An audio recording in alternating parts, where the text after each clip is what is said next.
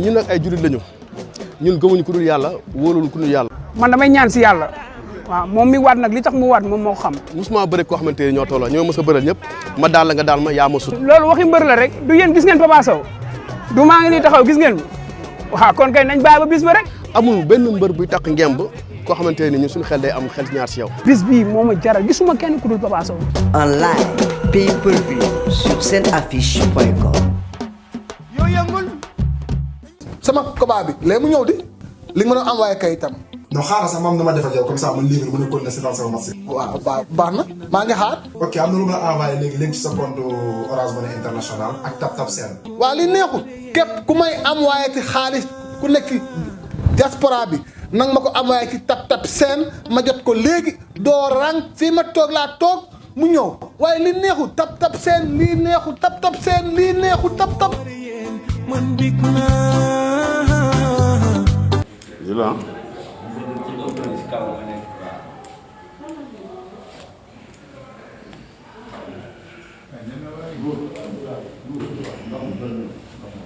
Gars yi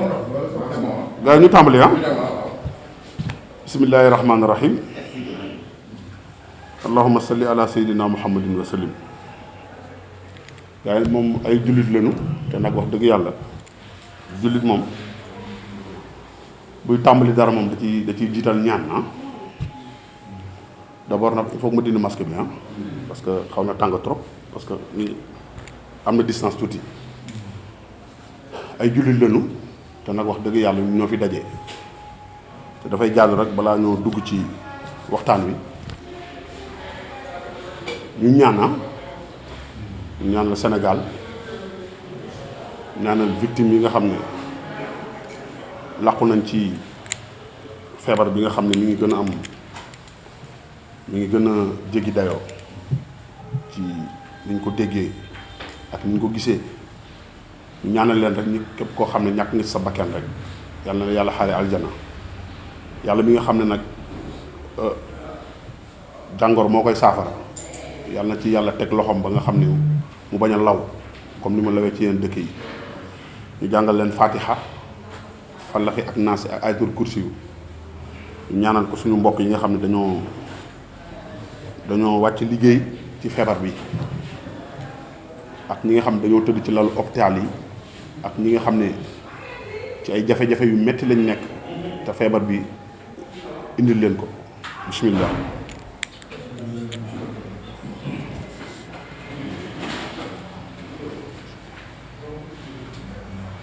أعوذ بالله من الشيطان الرجيم لا حول ولا قوة إلا بالله العلي العظيم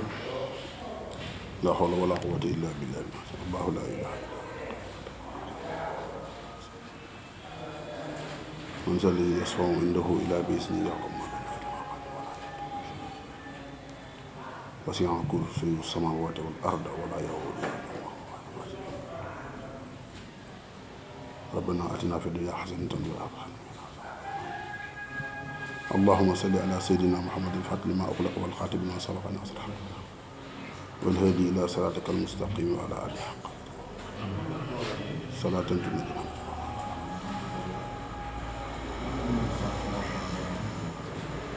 اللهم صل على سيدنا yàlla na yàlla xaare aljana mbokk yi képp ki nga xam ne rek feebar bi yóbbu na la rek ak ñi ñu jiitu yàlla na yàlla xaare aljana yàlla mi nga xam ne nag mooy yàlla nañu yàlla musal ci feebar bi waaye nag fii moom suñu daje fii lii tey dañ ko sumb mu nekk dañ ko organiser ci diir bu gàtt loo xam ne waajuñu ko ñu ngi ci waxtaan rek vers 14h 15h lu tembare la lu tembare la amaana sax mooy ñi ko war a yëg sax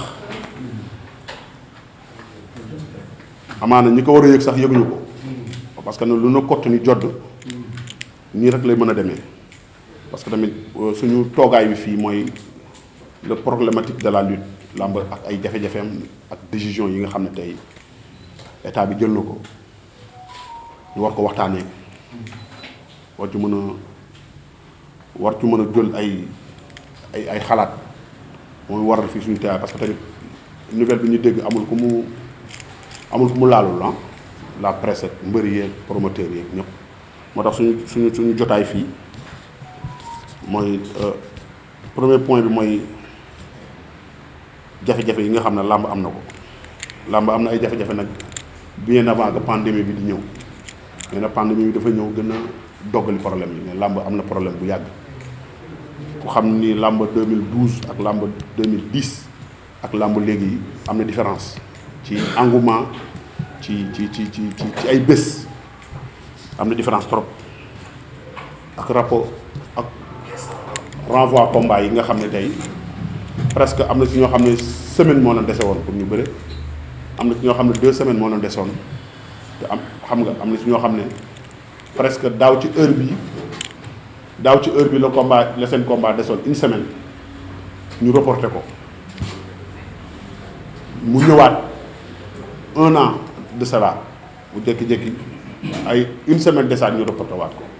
nga xam ne loolu lu metti la lu metti loolu la ci ku nekk mbër yàgg a waaj combat waajoon sa combat une semaine bu jékki-jékki ñu poussé waat ko 1 an nga ne 1 an yoo xam ne yaa ngi entraîné yaa ngi nekk ci ay jafe-jafe amoo moyen foo koy mën ci jëlee rek nekkul ni la koy jox nekkul kenn moo la koy jox yaa ngi dem utili sa bopp tey buñ ko niwaat reporté waat ko tey day gën a metti ci yow muy ci promoteur bi muy ci mbër yi day metti lool.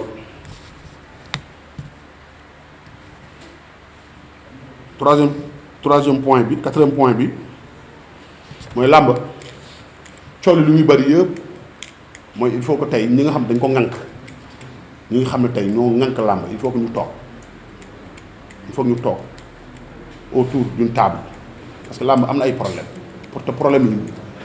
ala kulli xaal il faut que tey ñu toog état du Sénégal les promoteurs les lutteurs les ménagères les communicateurs traditionnels les amateurs il faut que tey état bi def benn concertation woo képp ku nekk parce que làmb moom lu coow lu muy bari yëpp làmb du benn nit moo koy doxal làmb c'est toute une corporation làmb ñi ciy bénéficier wu ñi ci nekk seen gagne-pain dafa bari kon il faut que état bi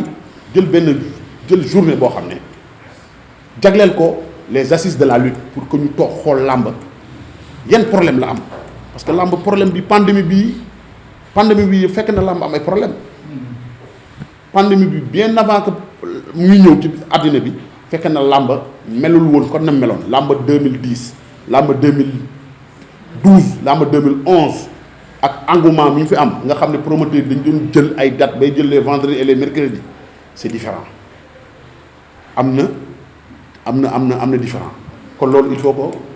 faut que tey bu weesoo il faut que tey ñu toog autour d'une table toog waxtaan ko parce que tamit làmb ñi ciy gagné dafa bari c'est pas seulement les lutteurs la presse les lutteurs ñi nga xam ne tey làmb mooy seen gagne-pain am na ñoo xam bu làmb amul làmb bu amee ci lañu mën a am lu ñu yóbbu seen njaboot tey li xew nii tey report yi nga am nii tey nii leer na ma ni am na ay mbër yu nelaw métti na trop tey moo tax loolu nag moo waraloon tey suñu jotaay bii jotaay la boo xam ne dañ ko waajuñu ko ba nga xam ne tamit ñëwee naa fi ñaari casquette ñëwee naa fi un lutteur bu jot avance comme tous les lutteurs boo xam ne sax amaguma date mais malgré loolu teg naa ko nële mais ñi nga xam ne sama nawle mbër yi nga xam ne tey semaine la leen desoon comme le cas de Balla Gaye Bombardier dama leen ñeewantal bu ma yëgee nouvelle bi ni dama tiit parce que dama ko xool ci sama bopp malgré que nag comprendre nañ situation dëkk bi comprendre nañ feebar bi jéggi na dayoo dañ leen wax rek ci xale la ci mag lay yem ñu ngi faagaagal xale yi bërki démb dama dem hôpitalu Pikine bii rek mais la ma fa gis maare day tàlli accepté nañu santé amul prix mais nag il faut que yu mel nii nag bu amee ñun dañuy teel a bëgg am information parce que tamit ku newul méttiwul rek dafa laa dalul parce que nag boo xoolee dans les autres pays coow li lu muy bari yëpp mooy état yi ñu ngi accompagner sport yu fa nekk kenn tëjul mais pourquoi yii bu amee état bi warul jël les devants mais doo la dernière fois mën nañ comprendre ni première fois bi mu amee comprendre nañu dafa mbir moom à l'époque dafa na kott ni jodd ñëpp accepté ko kenn waxul kenn yéeyu ci yàbbiwu ci mais bii tey lii tax muy metti ci xol muy metti promoteur di metti lutteur di metti amateur mooy xam nañu ngi ñëw kon alerte bi warul jékki-jékki rek première journée bi nga xam ne kii da ko tëggoon mu tudd de promoteur première journée bi ñi nga xam dañ ko dax information bi ci waroon am diggante CNG avec le promoteur ça devait pas se passer comme ça CNG am na obligation wu concerté wu avec le promoteur dégg seetaan naa benn émission boo xam ne ñoom c'est le CNG et le promoteur amoon nañ certitude ne ni ba samedi bi amuñu service d'ordre kon ça veut dire que obligation la pour CNG yi nga xam ne mooy suñu kilifa ñoo fi nekk ñu def communiquer na lamb bu war a am dimanche bu amul service d'ordre lamb ji du am ñëpp yëg ko informé ko le promoteur bi informé ko mbër bi mais parce que nag coow li muy bari yëpp muy am na mbër yoo xam ne ñëw nañ bay sax am na mbër yoo xam ne financé nañ seen xaalis yëguñu te loolu tey buñ ko alerté woon du métti lii tamit xew dañ koy jël avec philosophie di masawu suñu ay mbokk mbër di masawu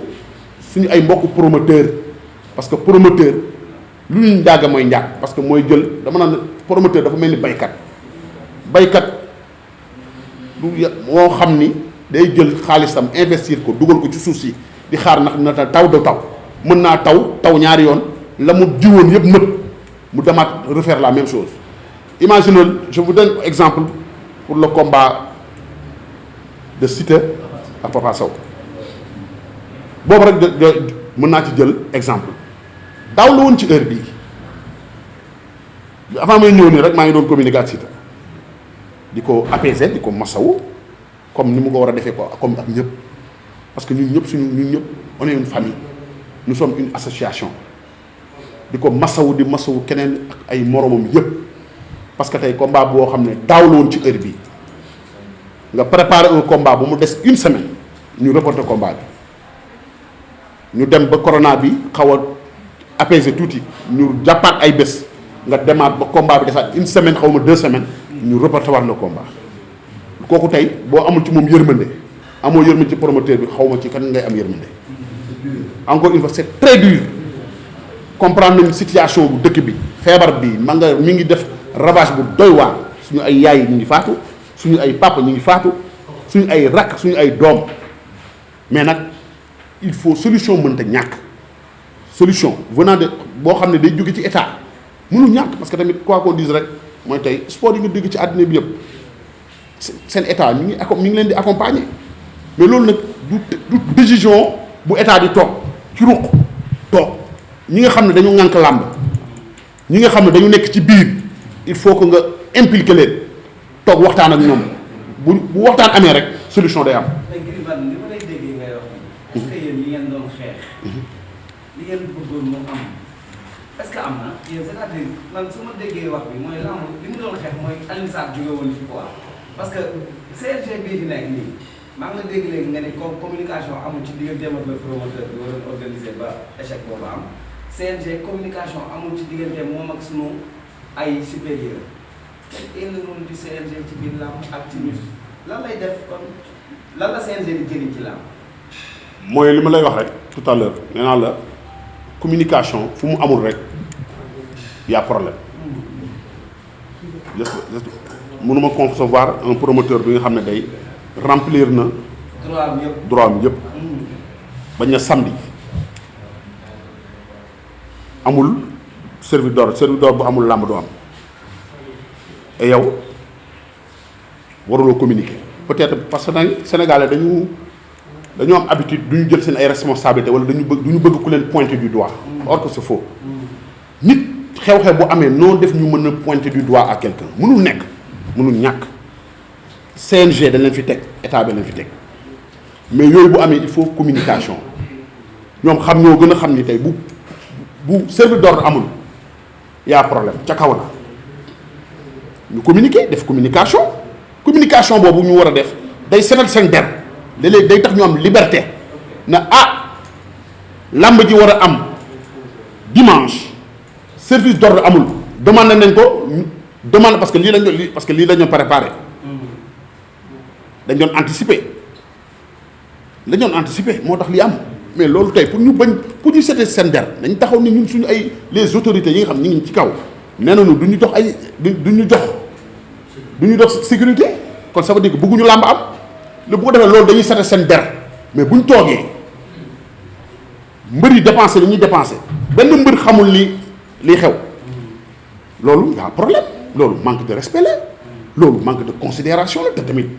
ñun nous lutteurs quoi qu'on dise bi pandémie bi amee ba léegi ñu ngi joué suñu partition Sénégal nag dafa am lu mu saxoo depuis certain temps loolu la ñu gis te noonu yàlla xam ne yàlla dafa am lu mu ñu mooñee malgré que ay hommes forts lañu waaye nag wax dëgg yàlla am na ci yoo xam ne yàgg nañ ñu victimiser ci yu bari mais nag wax dëgg yàlla yàgg nañu sédd ci yu bari bi pandémie bi amee ba léegi waaye wax dëgg yàlla kenn mësu dégg rek lañ ci am waaye duñu ci gis Sénégal nag depuis certain temps dañu gis de violence de gauche à droite te pour sax nit ñi dégg la sax il faut que violente et c'est pas bien Sénégal baaxul loolu ñun xamuñu loolu ñun suñu violence ci làmb ji la yem nous les lutteurs suñu violence mbër yi ci làmb ji la yem ca géew ga bu jeexee jeex na mais depuis pandémie bi amee ba léegi amul lu ñu traité wul te ñu ngi joué suñu partition en tant que des leaders d'opinion en tant que des responsables en tant que ay nit yoo xam ne li ñu am ci àddina fii lañ ko amee te fii lañ ko delloo. Vous avez été les premiers à alerter. À alerter ci communication ci am suñu ñàq collecter suñu ay fonds propres yoo xam ne tey jëlewuñ ko fenn ku ci nekk la nga génnee ko teg ko ñu dem jàppale ko état. mais Gris bi ngeen sentiree yéen. ni menace am na. que lamb ji ñu ngi jëm ci ñu tëj ko. lamb ji ñu ngi parce que li am samedi ba passé mooy ana signe la. l'association des lutteurs en activité lan la waroon def ci loolu. est-ce que waroon woon communiquer bien avant tey décision bi di wàcc. non parce que tey am na loo xam ne ñun yàlla daf ñu baaxee ay kilifa noonu kilifa nag du jékki-jékki rek mbir na tëll rek il faut nga am ay information pour mën a wax ay argument parce que tey li ñuy wax nii lu ñu maîtriser la parce que nag ñun nag duñu ay xale te yàgg nañu bu ñu woon ay mbër sax ay responsable lañ te am nañ ay conseil am nañ ay nit yoo xam ne tey bu ñuy wax dañ leen di sédd parce que tamit dégg tëll rek nga damm na baaxul ñun dañuy communiquer selon li xew parce que tamit information yi ñu am laata ñoo ñëw fii ay information yu solide la yu am base la yu am fu mu tegu la amul ku ma wóowoon ci le monde de la lutte muy promoteur muy amateur muy mbër ku ne parce que bëgguma di wax di sànni su may wax loolu moo taxoon ma dal ci loolu encore une fois mooy ñun mbër pandémie bi mu amee ba léegi dañuy jouer grand rôle lañ ko jouer te defuñu ko dañ ko def parce que nag ci dëkk bi lañ dëkk am loo xam ne dëkk bi population sénégalaise moo ko def ci ñun bëri safooñu faale ñu ndamooñu tiitaroo lu ñu am population moo ko def ci ñun. léegi man problème bi ma am. mooy laisse-moi finir après nga laaj ma dañu jouer rôle boobu parce que lu ñu am ci àddina rek ñun sénégalais yi ñoo ko def ci ñun bëri bu ñu rombee ñu safoo ñu tiitaroo ñu moo tax pandémie bi mu amee amuñu benn regret ak énergie bi ñu ci dépensé ci cadre jël suñu ay ci communiquer ci sensibiliser ci jël suñu ñàq li nga xam ne yàlla du ko wërsëgalee dem jàppale ko état amul benn structure boo xam ne moo ñu gën a impacté amul mais malgré tout ça affaire yi ngi gën a métti ci suñu bor jusqu'à présent fi may wax ak yow nii tey jii bu ñu nee tey on comprend bien la situation du pays ah comprendre nañ ko de ku dem ci hôpitaux yi di nga xam ne feebar bii nekkatul il faut que nit ñi ñàkku ji nit ñi jël ay les mesures barrières qu'il faut xam nañu feebar bi na mu ni muy ravagé actuellement nii tey la gën a garaaw parce que dañ leen wax ni ay mag lay rey dañ leen wax ay mais xale yi ngi faatu il faut que nit ñi dem vacciner wu ji il faut que nit ñi jël les mesures barrières qu'il faut xale yi il faut que ñu téye seen kër yi vacances yi gars yi doon wax il faut que ñu arrêté ko xale ku ne la nga toog sa kër jël les mesures qu'il faut mais malgré tout ça état bi du rek ni arrêté na toute activité sportive croiser les bras ñun am na lu ñuy xaar ci moom dañu solution la ñuy xaar ci moom. waaw pare foofu man sama problème loolu mooy promoteur bi jox mbër bi avance bëgg dem ba dégg nañu manager yi demoon stade ñu am les combats par ça mais dañuy dégg manager li ñuy wax dafa clair mooy gëjoon nañu ak le promoteur parce que suñu combat reporté nañ ko ñaari yoon donc dara doxtul suñu diggante ñoom donc moom promoteur yi moom war a jox mbër mi luñu kaam situation moo am ci Pape Sarr moo nar a am ci Gaston moo nar a am ci Pape Fall donc loolu bu amee situation bu catastrophique bu chaotique lay doon promoteur yi mënul dépenser ay millions dëgg la pare nañu ko làmb amul muy joxaat mbër mi luñu kaam te indi ko. mais comme tey mooy li ma la wax moo tax ma la il faut que état bi comprendre nañ ñun comprendre nañ bu baax situation bi fi am mais tey lii tey warul woon mën a demee nii feebar bi dafa jël benn envergure buy avancé di def ay affaire di ravager làmb waruñu jékki-jékki rek stoppé ko nii non mais demal ci yeneen dëkk yi demal ci yeneen discipline yi compétition yi nga am Tokyo Jeux olympiques dañ koy encadré ñun làmb ñun Sénégal nag dafa am benn phénomène bu ci nekk benn phénomène bu garaaw mooy pour nit ñi dégg la sax il faut nga yëngal. kon li ma mën a waxoon dëgg la làmb ji pendant boobu. non mooy li ma lay wax rek xam nga Sénégal te loolu lu doy waar ci dëkk te les lutteurs sont combien frustration mën na yóbbu nit fu ne frustration ak stigmatisation mën na yóbbu nit ci domaine bu ne ñun li ñuy gagné ci làmb ji état bu ñu ko jox suñu gagne-pain la gis nga ni ministre bi di xëyee dem di liggéeyal état noonu la mbër bi di demee di entraîner pour gagner life-am pour bu mbokkam feebaree mu faj ko pour bu yaayam nekkee ci jafe-jafe mu faj ko pour bu ay mbokkam amee problème mu faj ko loolu yaakaaru ko fenn ci li muy liggéey mais nii ñu jékki-jékki stoppé làmb ña ko tag nit mënu ko rafetlu ku nekk ci monde de la lutte mënu ko rafetlu parce que am na benn alerte boo xam ne tey waroon nañ ko mën a alerter ci waxtaan mooy li ma lay wax rek yii bu weesoo il faut que tey ñu toog waxtaan parce que tamit li may wax ni nii Sénégal dañu toll ci benn jamono joo xam ne nii man parfois damay tiit te buñ ko xaar ci ñun parce que tamit bëgguñu ko te yàlla bu mbër am mentalité boobu mooy tey dama am lu ma naqari il faut que ma wàcc ci tali bi pour saafara ko non parce que depuis certain temps loolu moo fi am pour nga am lu la naqari il faut nga yëngal mais mbër yi amul ku ci frustré wul ah les lutteurs koo ci demoon tey tàllal ko micro boo leen jógee fii ku ci nekk mbër yi nga xam dañu rapporté seen combat yi Balla Gaye bi nga xam ne li muy investir ci boppam man ëpp na 30 millions bu ñu rapporté combat am comment il va faire loolu da koy perte Siteu Papa Sow kan moo leen di fu ñuy jëlatee lu leen c'est la deuxième fois ku leen di joxaat xaalis et tant d'autres promoteurs yi nga xam dañ ko tëgg fan lañ jëm ñi ngi doon xaar seen reliquat ñu bëree ba pare loolu ñu jot rek lañ seen affaire mais loolu tey boo arrêté ba pare yaa solution doo ko trouver da ngay toog neen arrêté nañ toute activité on comprend parce que feebar bi la mais nag doo def nii. mais bii est-ce que ñàkk ànd bi ñuy wax ci làmb tamit amul tamit benn affaire bu ñu impacté la gis nañ ni promoteurs yi ànd bi gars yi managers yi ba ci ba est-ce que tamit loolu amul dara lu mu joué tamit. non loolu moo mës a nekk ci làmb làmb moom boo xoolee ñaata association moo fi nekk mais loolu taxul ku ci nekk rek da ngay dem ak sa li la sa xel may rek moom ngay demee mais loolu taxul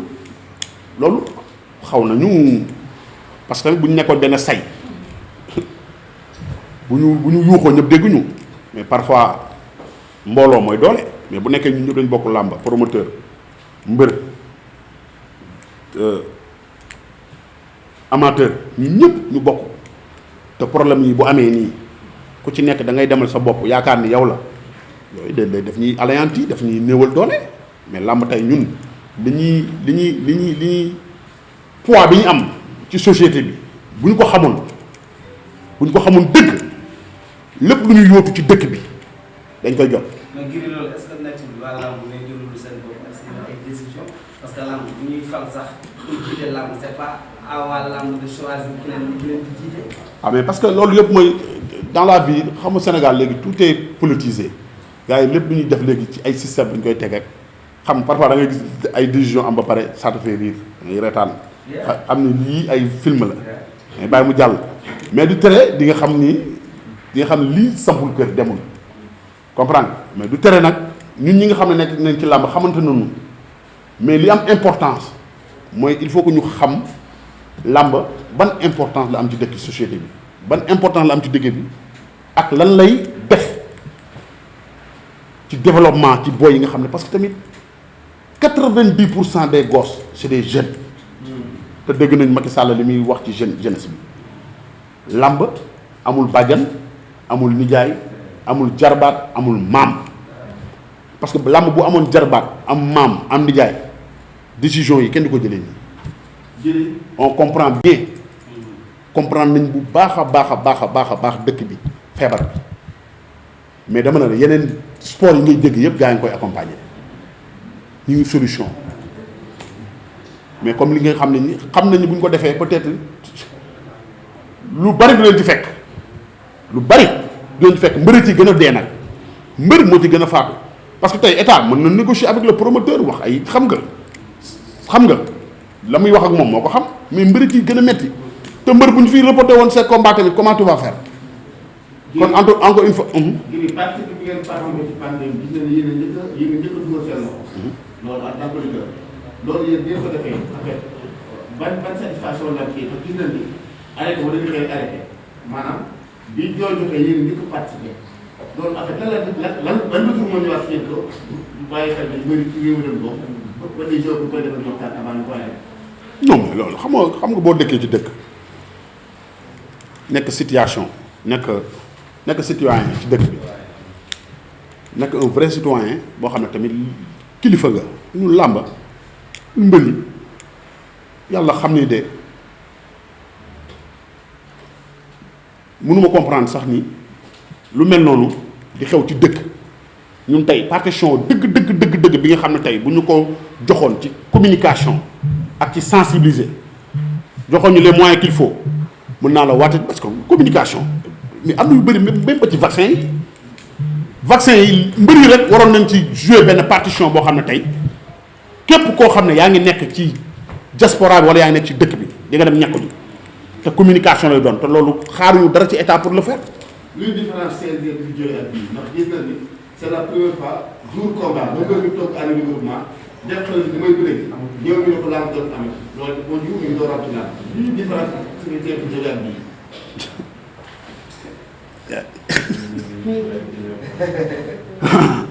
différence su. CNG bi jógee ak bii ndax bu ñu juumul c'est la première fois nga toog année regroupement. ba war a bëri. loo bëgg ma wax la mburu foofu ko fëri. ay laaj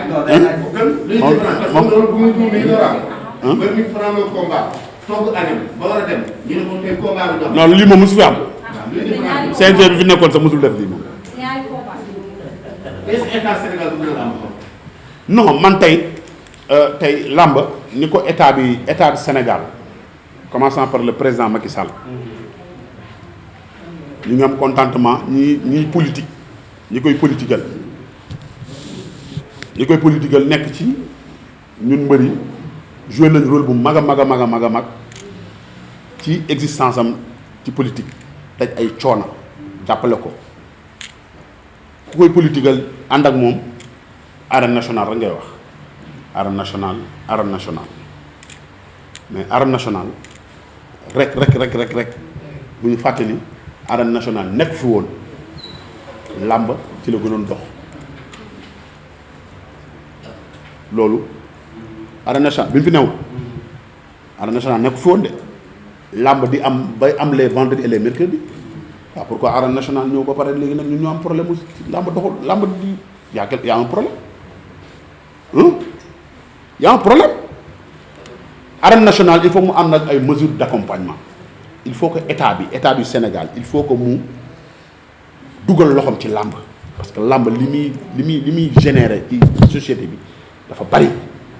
li muy apaiser ci ay tensions dañ koy dégg sax ci communication Gaston non dama bëgg tëgg ay combat dama dëgg ni pour nit ñi bàyyi Macky Sall nit ñi lii ak lii ak lii parce que làmb peut-être bu ñu jëlee benn calendrier très chargé les gens communiquent de gauche à droite ci làmb ak yooyu làmb day apaiser làmb day calmer.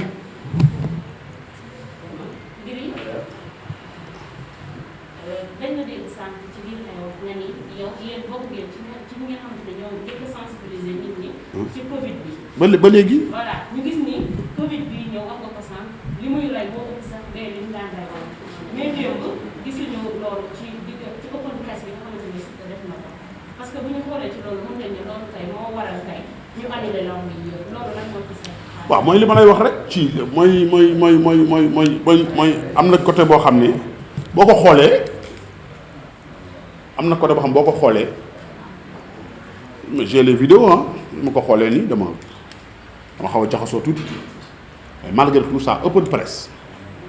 bi pandémie bi commencé rek pour nga xam ni gars yi parfois nag duñu anticiper yooyu yëpp am na ba pare pour nga xam ni parfois gars yi duñu anticiper tey open press tey ni nga mën a jël say matuwaay ci làmb stade buy def 25000 places nga def ko 5000 places comme ni que parce que tamit état du Sénégal a l'obligation tey état lu mu bëgg pour investir ci pour mu nekk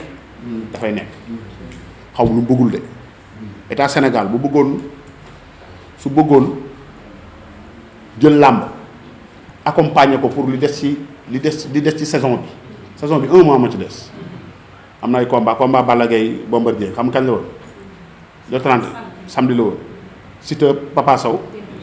le premier ça veut dire que saison bi 1 mois moo ci desoon état du Sénégal a l'obligation tey li desoon ci saison bi mu accompagner la lutte pour que saison bi termine en beauté su ko bëggoon daf koy def sans problème parce que état nag bu fàtte am na ay moyens état du Sénégal am na ay moyens am na ba pare mais dama ne la bu nekkoon ñu làmb lépp loo xam ne bépp décision boo xam ne tey fu mu mënti jógee nit ñi dañ koy waajaat bu ñu defoon ni benn say yàlla xam ne décision bu état di jël jëmale ko ci ñun da koy seetaan mais dañoo def nii dañoo tasaaroo ñi jaar gauche y a 60 000 associations yu fi am ménagers yi ànduñu promoteurs yi ànduñu mbër yi ànduñu ku ci nekk ñun man mi sax maay jéem a def le maximum possible pour que tey association bi ma jiitee di jéem a fédérer di jéem a xëcc suma ay frères samay xarit pour que ñu xam ne ñun intérêt commun la ñuy xeex te yàlla mi ma ciy dimbali maa ngi ciy def effort yoo xam ne man rek ak yàlla maa xam yan coono laa ciy daj te nag maa ngi ciy bëgg am ndam parce que su ma wootee képp ku ci nekk rek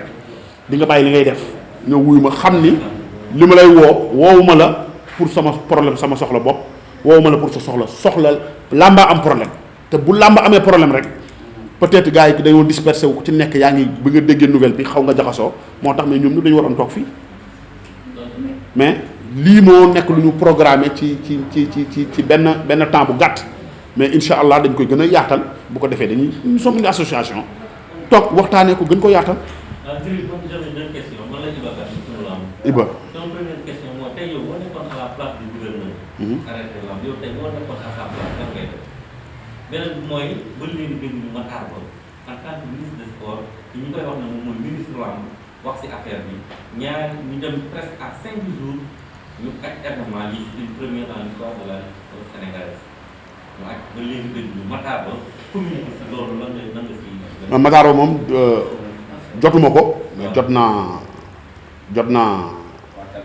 cabinet ñu ne ma il est souffrant ñu ma dafa feebar nouvelle boobu laa am ci moom parce que yi mu amee moom laa njëkk a woo bi ñu suspendre te nag quoi qu'on dise waxuma ko pour jeter ko ay fleurs yu mel nii bu ameen da ciy jouer partition man du ma waxal nit ginnaawam du ma raay nit mais bi yi amee jëm naa ko rejoindre mais dafa feebar loolu nouvelle boobu laa ci am. léegi boo nekkoon à la place du gouverneur tey lan ngay def. waaw xam nga gouverneur dafa am kilifa gouverneur nekkul benn décision bu ñuy jël gouverneur koo gis Sénégal état noonu lay fonctionner koo gis mu kii am na supérieur gouverneur am na kilifa kilifa gouverneur am na kilifa ça veut dire que ay branche la tey comme li ma la wax nii rek lii bi mu njëkkee am report bi mu njëkkee am kenn yéeyu ci kenn yàbbiwul ci c'est pas la première fois c'est la deuxième bi mu njëkkee am kan moo ci yéey dañu c'est normal mais bii lan moo tax muy metti ci mbëri di metti ci promoteur mooy tey dafa tembere maanaam à une semaine à 5 jours dafay metti te combat yi duñ ko reporté woon il y a 1 an il y a 2 ans moo tax muy metti comprendre nañu bu baax mbër yi la gën a comprendre situation dëkk bi ak feebar bi ni muy def mais li tax mu metti ci mbër bi nga xam ne tey jël na moyen fonds propre am xamoo nu mu def ba am ko xamoon na dafa lépp am na mbër yu bëri yoo xam ne fii ni tey su ñu bëree woon ba pare waatal naa la ci yàlla seen reliquat ay bor lay doon ay bor parce que amuñu moyen mbëri ñu reporté seen combat Papa Sow ak Siteu mais nekkul dañ leen fan lañ jëlee woon benn moyen bu ñu préparé ay seen combat amuñu ko da ngay àbb de gauche à droite àbb paate àbb duudu wala sa benn ay dirigeant jàppale la ñii 2 millions ñii 3 millions wala nga dem lebi soo bëree ba pare nga fay ko mais loolu nag dafa métti mënoo ko man parce que je parle en tant que lutteur man mii di wax ak yow nii dama jot avance comme ñëpp mais fàtte naa sama bos parce que ñii ñoo nekkoon à une semaine du combat dafay métti parce que tey il faut que état di anticiper mais parce que mënoo jékki-jékki jël décision yii nii comme ça nii jékki-jékki nag taxaw le combat yi amatul non mais et puis sax le monde de la rue nga woole waxtaan ak ñoom ne leen lii ak lii moo tax mais doo jékki-jékki jël benn décision teel dafay métti day métti ci képp Iba yow mi day métti ci yow mi nga xam ne yow mii am nga looy gagné ci làmb ak keneen ak keneen. kon soo doon gouverneur lii nga wax loolu lay. soo doon gouverneur. mais nee naa la gouverneur dafa am kilifa bu ma doon du ma gouverneur mais dama ne la gouverneur dafa am kilifa. waaw. ñu la jaajëf maa ngi leen di fii tey rek. mais kii ngeen bëri dañu seetlu sax suñu bala ngeen di jóg rek dafa metti ci yéen wala mu tànk lan moo war a doon léegi dama dégg sa jël benn waxtaan wax lu am solo loo xam ne da ngeen ko war na jékkee. beneen làmb amul bañal beneen bi nga ne da ngeen a war na doon benn pourquoi ngeen xaar ba da ngay xaar ba da ngeen di xaar ba am ay jafe-jafe rek bëgg a booloo doon benn et puis bi mu méttee ba métti ministre de la justice am na lu mu waxoon ci yéen ay kàddu yoo xamante ni kenn rafetlu ko ba ngeen jóg def ci ay sorti ba yaakaar na yow am na ko ëmb seen moo jumale ak leen ci ay mbër mu yëkkatu leen ci xaalis jox leen kenn déggatu leen lan moo waral loolu problème mu lamb waa lamb la surtout da ngay accuser wala da ngay non accuser ko damay accuser boo ne da nga def ministre de la santé bu nga xaalis tey yaa ngi wax lu wóor nit moom booy poser question booy poser question nit dañ koy poser question yoo xam non mënu ma la tontu dama lay rectifier ba pare balaa ma la tontu dama lay rectifier ministre de la justice sequñu ak moom lu mu ñu joxee ñaar fukk joxuñu dërëm. mais yow da nga jiite kuréel. ah donc bàyyi ma la yegg bàyyi ma yegg da nga wax loo xam ne maîtrise woo ministre de la justice dafa yëkkati ay kàddu jëmale ko ci ñun yu ñu naqari làmb yëpp wooñu